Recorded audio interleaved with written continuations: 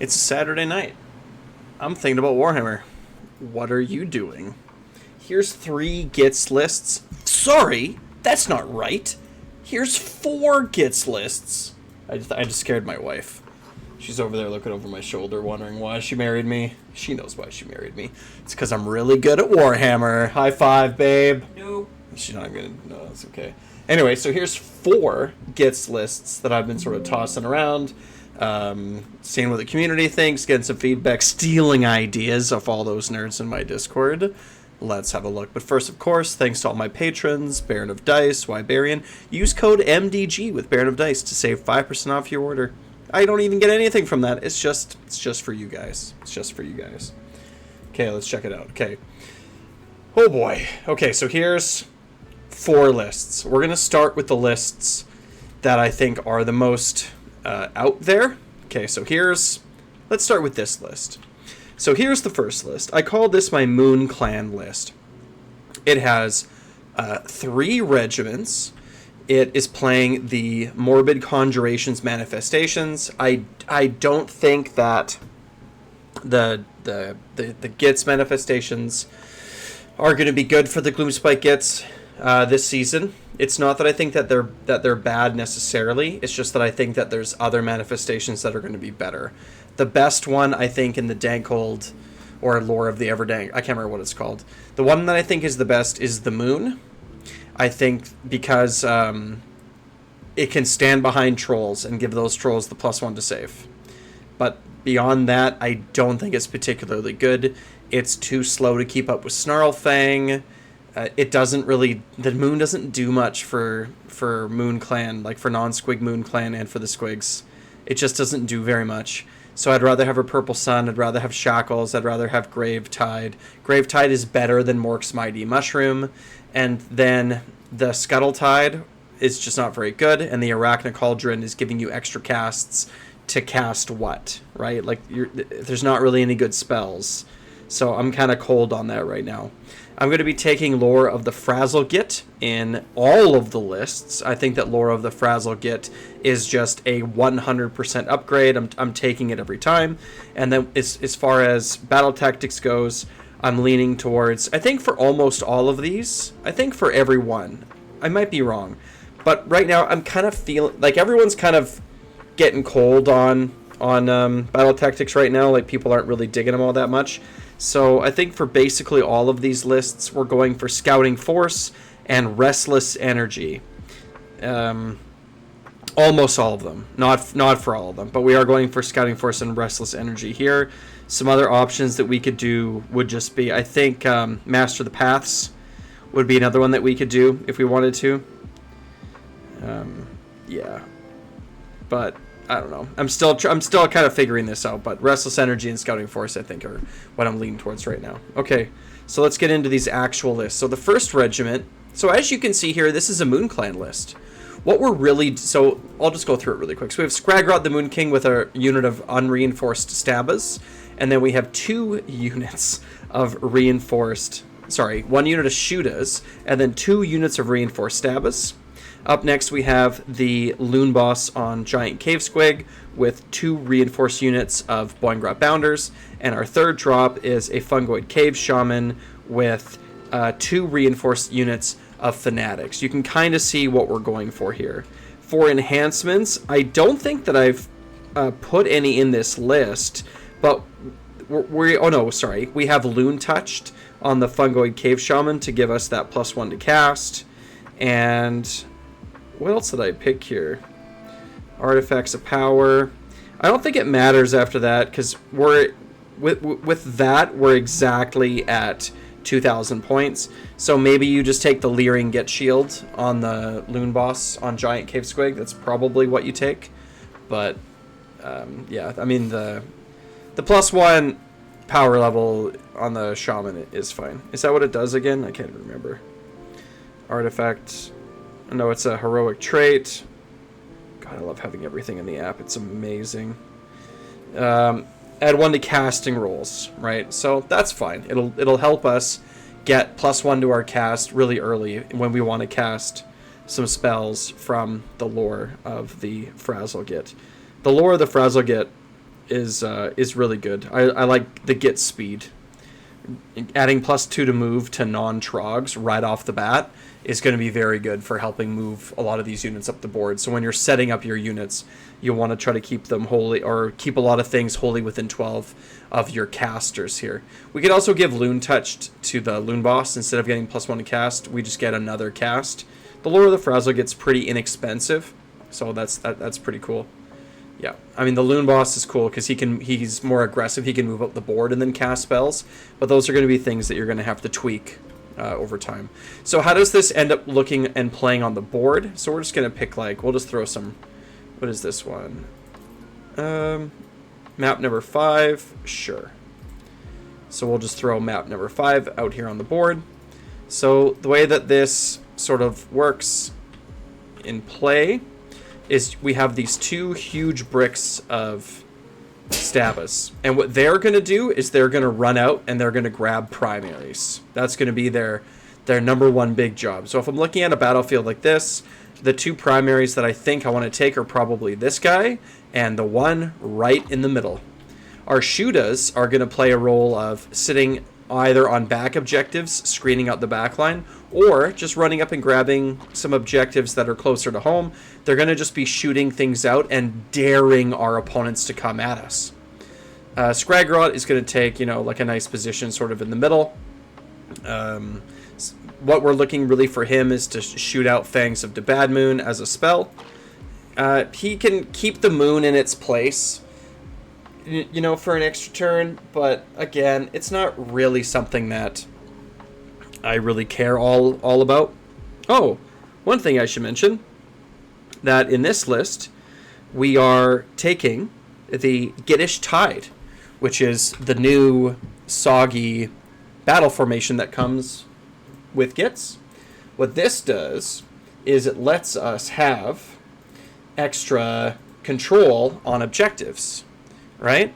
Pick a friendly non-Squig Moonclan unit that is contesting an objective to the target. Add 1 to the control score of the target unit for each model in that unit that is not contesting the objective. So essentially what that means is that if we have 1 toe from 1 model on the objective, the whole unit, 40 of these guys, count as being on the objective.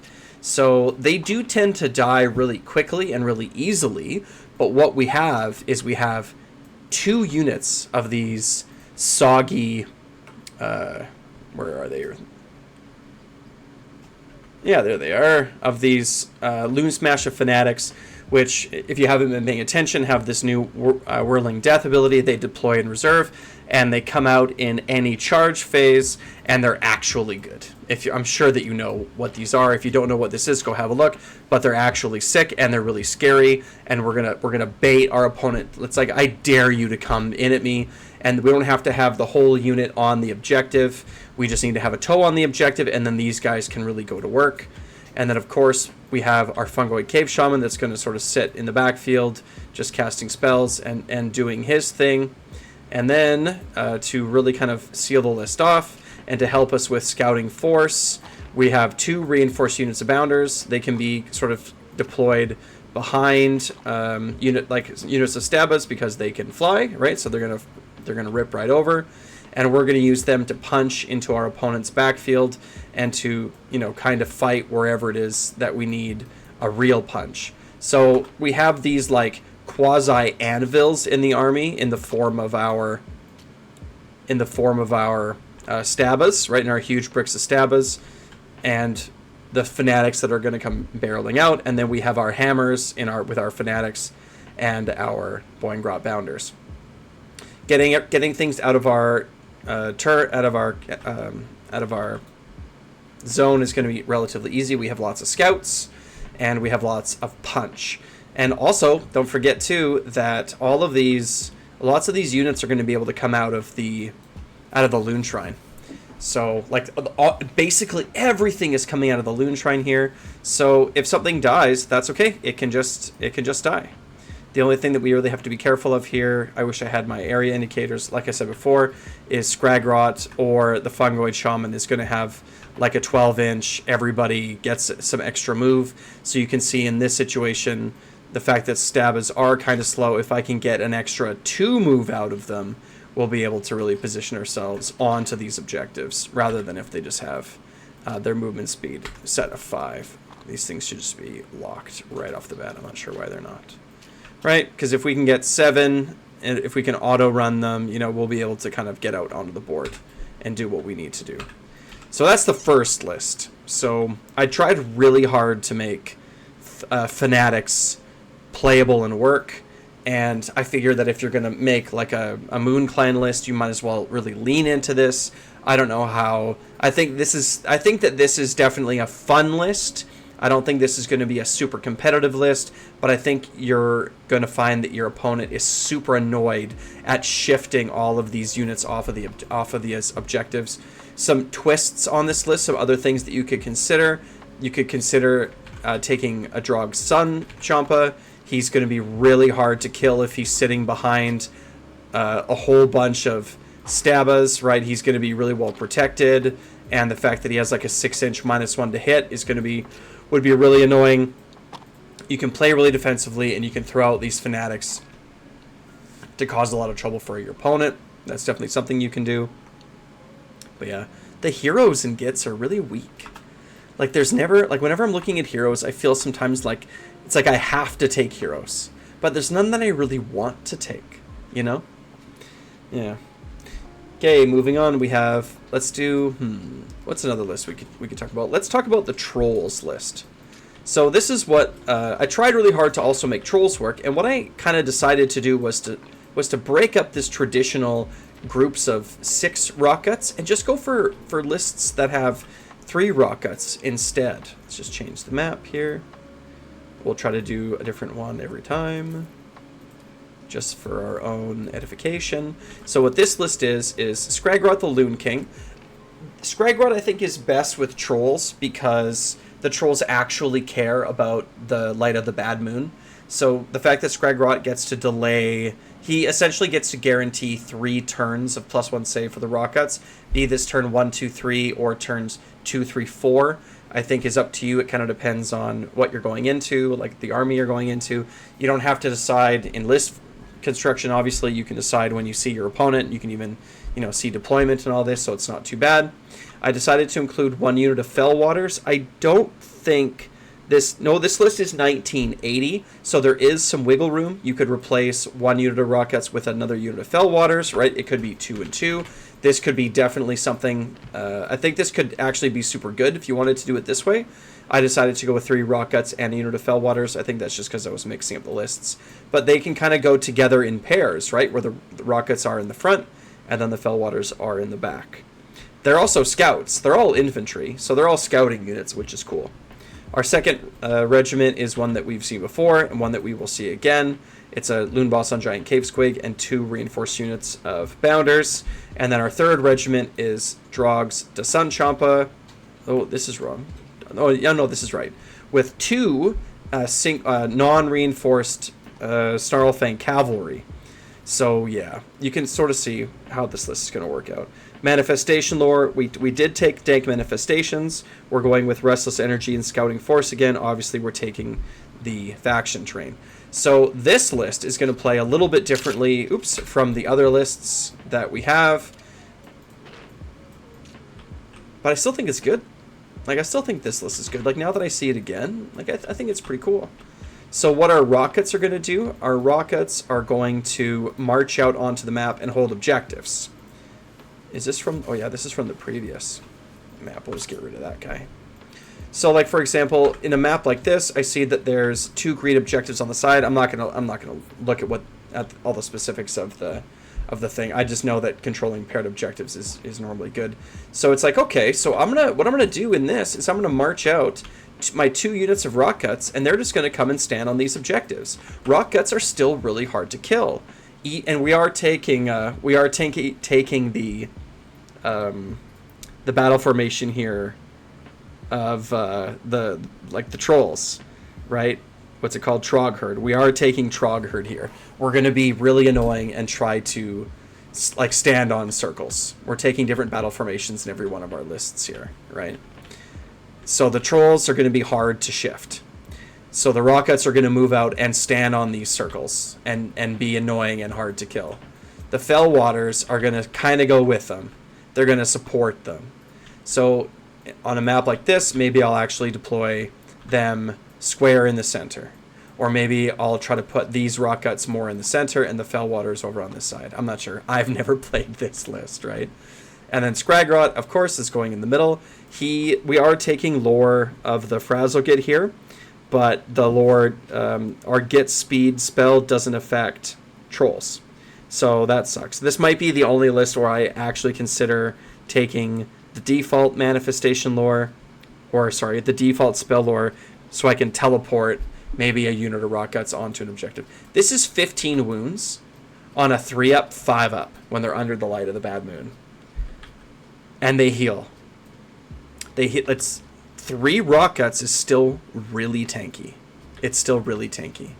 Then of course we have our Loon Boss with our cavalry, and they're going to do the things that they're going to do, right? They're going to run up the battlefield and smash into things. They are our cavalry. They also count as scouts. And then Drogs is going to sit behind some of our rockets. So in this case, because I have most of my rockets over here, or most of my trolls over here, I'm going to sit Drogs to Sunchampa behind.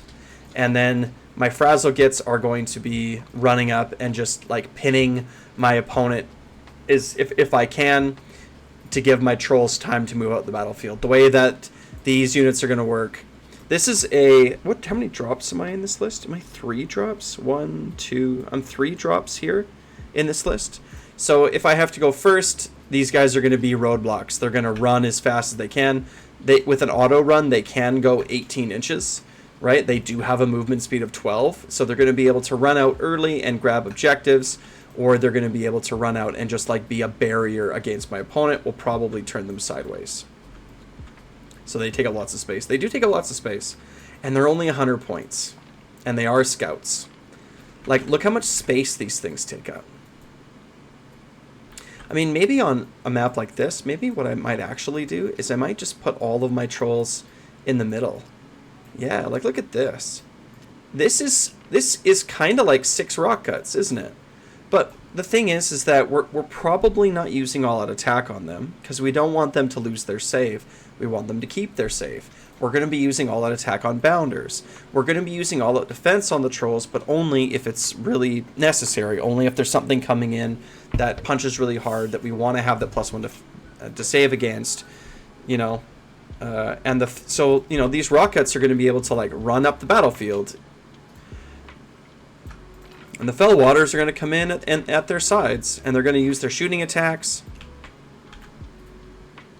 This is really annoying to come into. So if these guys are able to run out in the front and get in the way, right, grab objectives and just generally be annoying, it's going to give time for our castle to kind of move up, for our bounders to move up the battlefield and get ready for what they're going to do in the following turns. And Squagrot's going to help keep the bad moon in its place, and Squagrot's also going to cast our bad moon manifestation to give an aura around all of our trolls to make sure that they're getting that +1 save for the entire time. But yeah, like, I don't know, like, doesn't that look kind of interesting? Doesn't this look like this could actually do some work? And it's lots of small units of rock guts. Our Loon Trends in the back. If we lose 3 rock guts, 2 more come out. And then they come running up the board again, right? But again, that Hand of Gork, I might actually consider using it here. Yeah, because Lore of the Frazzlegit, I mean, it's just so much better. Being able to retreat, you know, like, you could also consider taking in any Gitz list, if you're going to take Lore of the Frazzlegit, you could consider taking the retreat and charge. I can't remember which battle tactic that is, but it's one that has the retreat in it. Yeah, it's good. It's good. So yeah, this is list number 2, the Trog herd list. Okay, let's go to the next map. Oh, this one's different. Okay, the next list. So the next 2 lists are both Kragnos lists. They're both Kragnos lists. I'm going to show you the list that I would take last. My list, the one that I would put on the board next. I'll show you that one last. This next list is a 2-drop list, and I call it the Gitz Dogs list. We are taking the Sunbiter Pact battle formation, which is new from Soggy. What it does is it adds 1 to the rend characteristic of companion weapons used by 3 friendly Gitmob units that charged this turn. So essentially what it's doing is it's adding +1 rend to our cavalry. This is also a Snarl boss. Not to be confused. The Snarl boss is in the list because he gives +2 to charge. He has an aura around him that gives +2 to charge. And hold on, let me just pull it up here. Age of Index. Oh my god, I spelled that so poorly. Okay, we are Gitz. Boom Spike Gitz. And I want a Snarl boss. Right. So the Snarl boss is I think a relatively important piece of tech, right? Add 2 to charge rolls for Gitmob cavalry while they're wholly within 12. And then if this unit charged, pick up to 2 friendly Gitmob cavalry units in combat with the target. Add 1 to the attack characteristic of the companion weapons. So it means that when the Snarl Fang cavalry are charging in, they're getting a lot of bonuses. When the Snarl Fang cavalry are charging in, they're getting strike first. They're getting charge +1 damage. They're getting extra rend from the Sunbiter pack that we're taking. And then if they charge in with the Snarl boss, the companion weapon, which is their good weapon, is getting +1 attacks. These units, reinforced, are only 200 points. This is only 400 points of cavalry.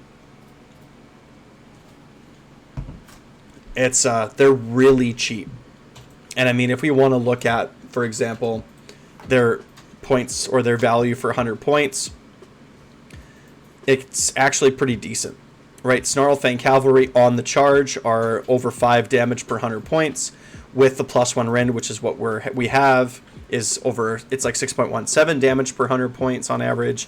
And then with the Snarl boss, it's 8.22 damage per 100 points. And they're actually a unit that we don't care about using all-out attack on.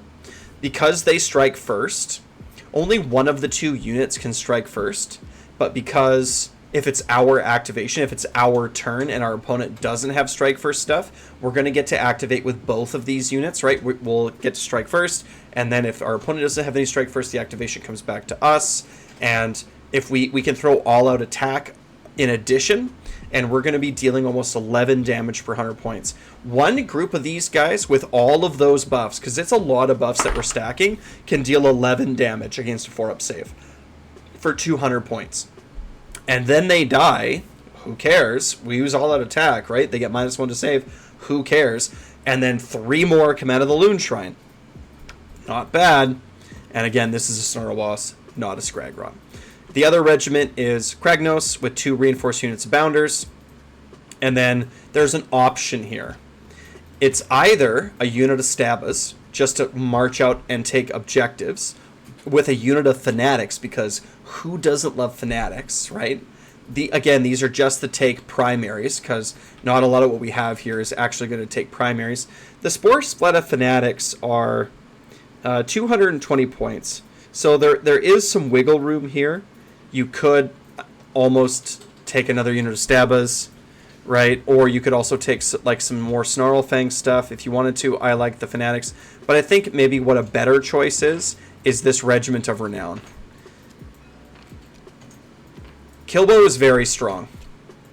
And this is Big Grick's Cruel Shot, which is 340 points, which is exactly what unit of Moonclan Stabas and a reinforced unit of Fanatics are. These are exactly the same points.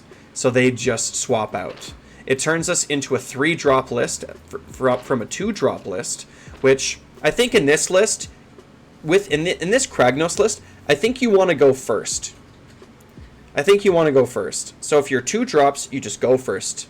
Your opponent, I've said this before, that your opponent gets the reroll into the double, which, if I remember correctly, gives your opponent a 58% chance if they use their reroll to double you. So it's not as big as I thought it was. Again, we're all learning. I'm changing my mind. I'm learning as we go. So if you're going to play an alpha pin list, which is what this list is, I think that it's definitely worth playing, and then having some shooting behind is going to be cool. Again, 3 units of Bolt Boys are each able to walk out onto objectives and take them while still throwing Ren 2 damage coming from the back, and we are taking these manifestations. Although you could take... This one might actually work better with Primal Energy. But there is no caster. Although we're probably taking... Yeah, on the Snarl Boss, we're taking the Clammy Cowl, and we're taking Loon Touched. So the Snarl Boss is able to move up and cast some stuff. So the way that this looks on the battlefield... Kragnos is going to, obviously be in the center. And we're going to stick... Like, this is actually kind of an interesting map for this, right? We're going to pin the tar out of our opponent on this map, right? It's a very small deployment zone. So we're going to put our cavalry, 1 squad of cavalry here. We're going to stick the other squad of cavalry here. And we're going to come and we're going to alpha pin, right? The Snarl Boss is going to come right in between them. I wish that I had his aura, but like a nice 12-inch aura right on both sides. Pretty good. Then our bounders are going to come in the rear. Right, they're the next wave. And all of these things are getting a 3d6 charge off Kragnos. And then we have a unit of Bolt Boys. Actually, these guys are probably going to go try to grab that objective off the side. I know there's something going on in this battle plan. But whatever. I'm not going to read it. We're just going to play the primaries here. Right, the bounders are there. And then this other unit of bounders can just like kind of float around in the back.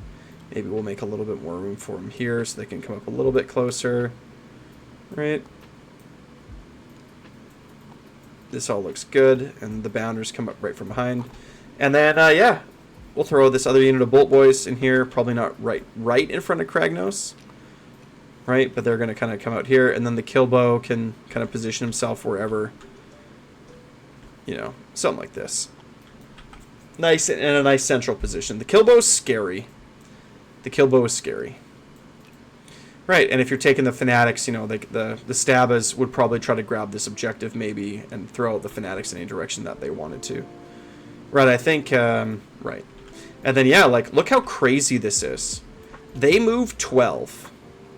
Okay? They move 12.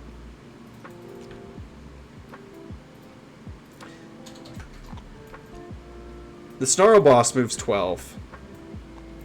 These guys, Kragnos runs. Let's say he just toes on this objective. He's holy. Everybody, all of these guys are getting a 3d6 charge plus 2. I'll say that again. They're all getting a 3d6 charge plus 2. That's an average of 12. Look how far they're getting. Even with, like, the Snarl Boss doesn't have to go in. He can, absolutely.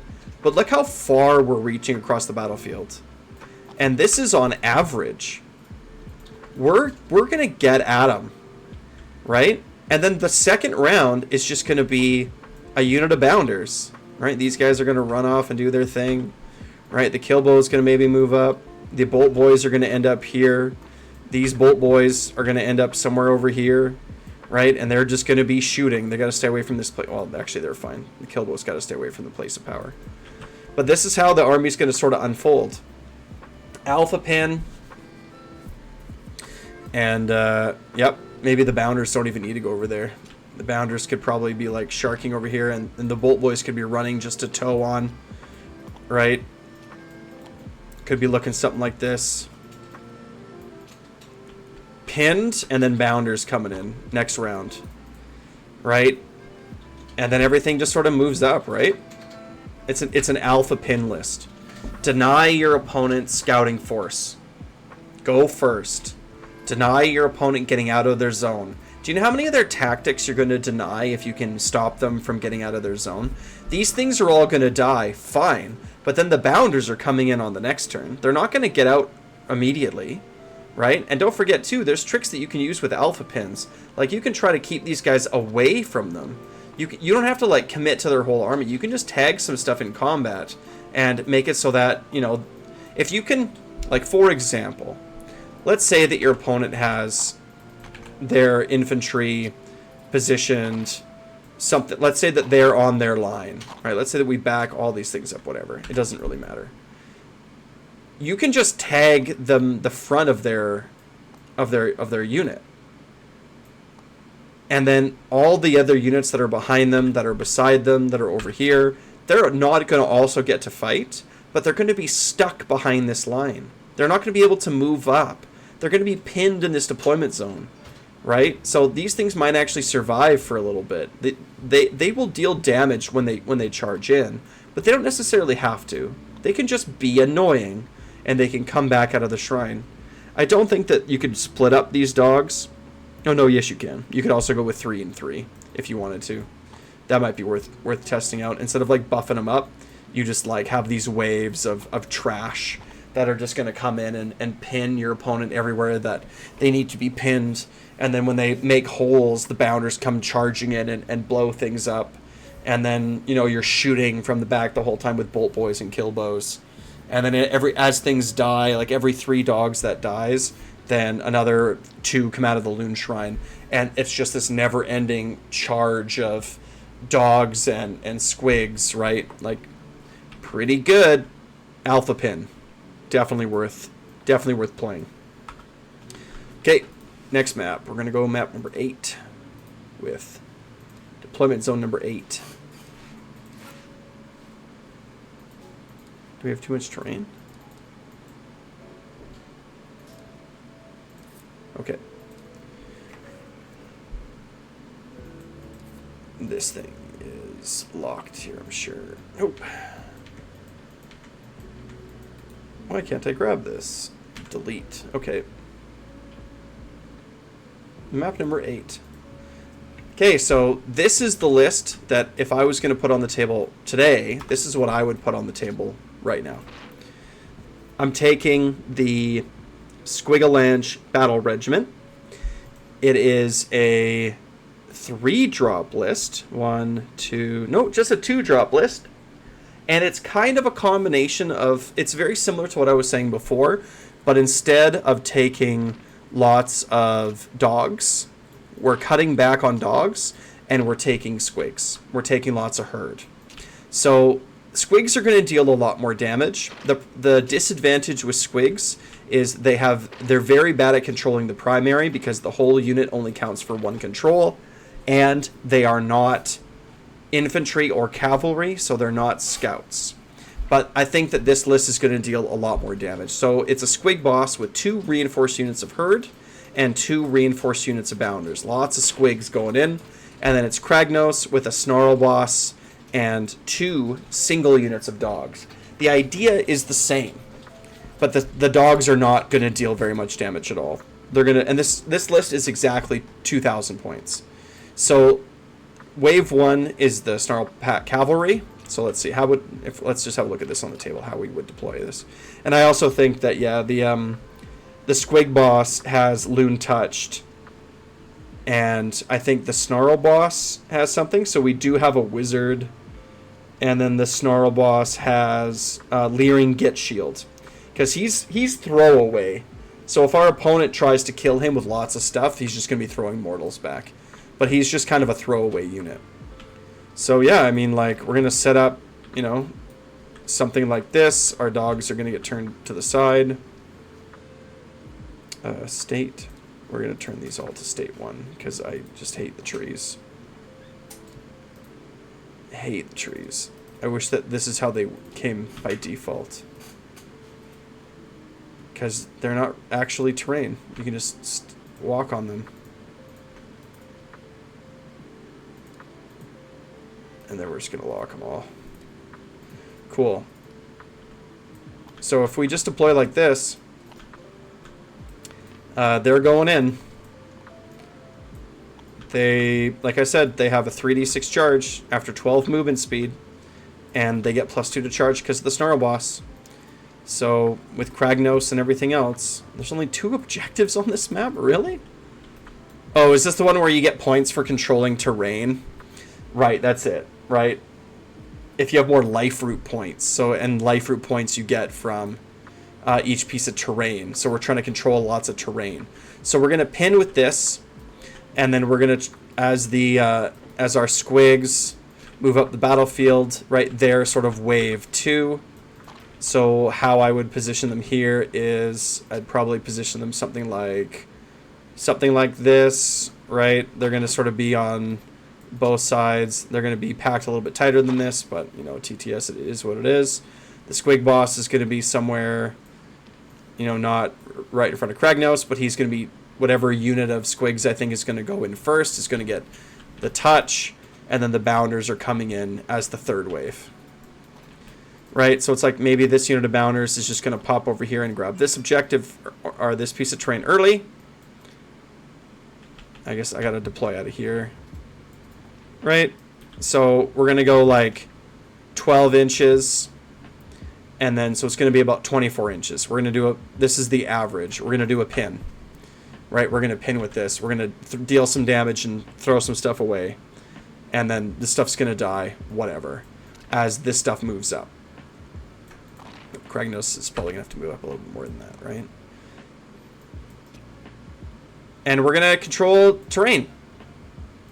Right? We're going to control terrain. Wave 2 is going to be Squigs, right? And then maybe turn 3 is going to be the other unit of Squigs with the Squig boss sort of trading off which unit is within 3, right? It's like you just send them in one wave after the other. And then the Bounders are going to come in and try to finish off anything that sneaks around the outside or anything that's left. And then hopefully, you know, the herd have killed enough things that Kragnos can come in and finish off whatever's left. Weak to shooting. So many people are going to be caught off guard by like a 2-drop alpha pin list. There's lots of lists that you'll just beat with this. And if you have the right battle tactics, what are we taking? With this one, I actually went with Master of the Paths. Right, I'm going to kill an enemy hero. I think that that's definitely doing more friendly units in neutral territory. That should be really easy to do because, again, we're pinning. And then 3 different units are each wholly within 9 inches of a battlefield edge. That might be a little bit harder, but that might be something that we do with the Snarlfang as they come back.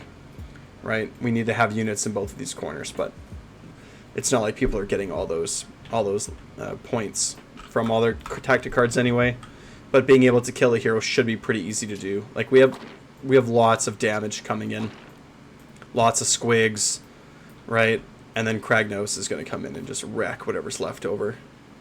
It's scary, right? It's very scary. Yeah, so let me know. There's 4 lists. Which list do you think is the best? Which lists in Gitz are you excited to try? Are there some units that I have missed out that you think are definitely worth playing? Let me know in the comments below or join the Discord. Be the 1,000th person. We're almost at 1,000 people. It's actually quite exciting. Let's see, how many are we at right now? Right now, it looks like we are. Where is it? Yeah, I don't know. It's getting pretty close. Oh, 902. So we're not close. Like, subscribe. Wow.